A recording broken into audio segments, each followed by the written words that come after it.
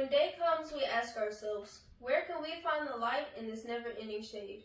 The loss we carry, a sea we must wade. We brave the belly of the beast, we learn that quiet isn't peace, and the norms of notions of what just is isn't always justice. And yet the dawn is ours before we knew it. Somehow we do it. Somehow we weathered and witnessed a nation that isn't broken, but simply unfinished. We the successors of a country and a time where a skinny black girl descended from slaves and raised by a single mother can dream of becoming president, only to find herself reciting for one. And yes, we are far from polished, far from pristine, but that doesn't mean we are striving to form a union that is perfect.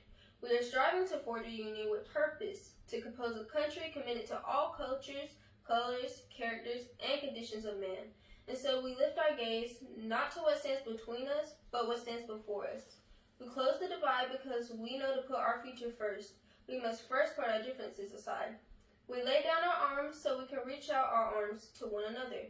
We seek harm to none and harmony for all. Let the globe, if nothing else, say this is true. That even as we grieved, we grew. That even as we hurt, we hoped. And even as we tired, we tried.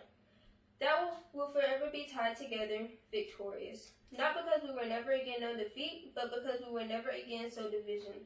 Scripture tells us to envision that everyone shall sit under their own vine and fig tree, and no one shall make them afraid. If we're able to live up to our own time, then victory won't lie in the blade, but in all the bridges we made.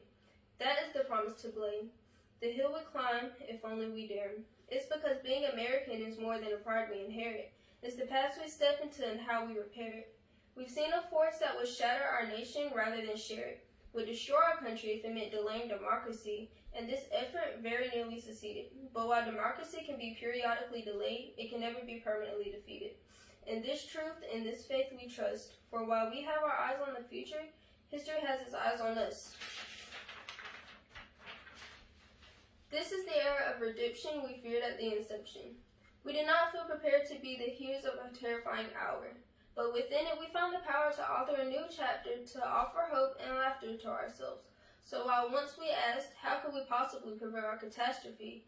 Now assert, how could catastrophe possibly prevail over us? We will not march back to what was, but move to what shall be. A country that is bruised, but assert. We will but whole, benevolent, but hold.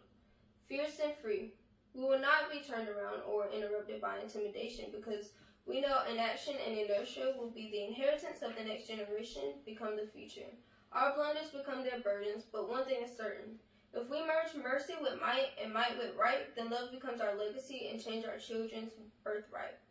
So let us leave behind a country better than the one we have left. Every breath from our bronze-pounded chest, we will raise the wonder world into a wondrous one. We will rise from the golden hills of the west. We will rise from the windswept northeast, where our forefathers first realized revolution. We will rise from the lake-rimmed cities of the Midwestern states. We will rebuild, reconcile, and recover. In every known nook of our nation, in every corner called our country, our people, diverse and beautiful, will emerge battered and beautiful. When day comes, we step out into the shade of flame and unafraid. The new dawn balloons as we free it. For there is always light, if only we're brave enough to see it, if only we're brave enough to be it. Who am I? I am Amanda Gorman.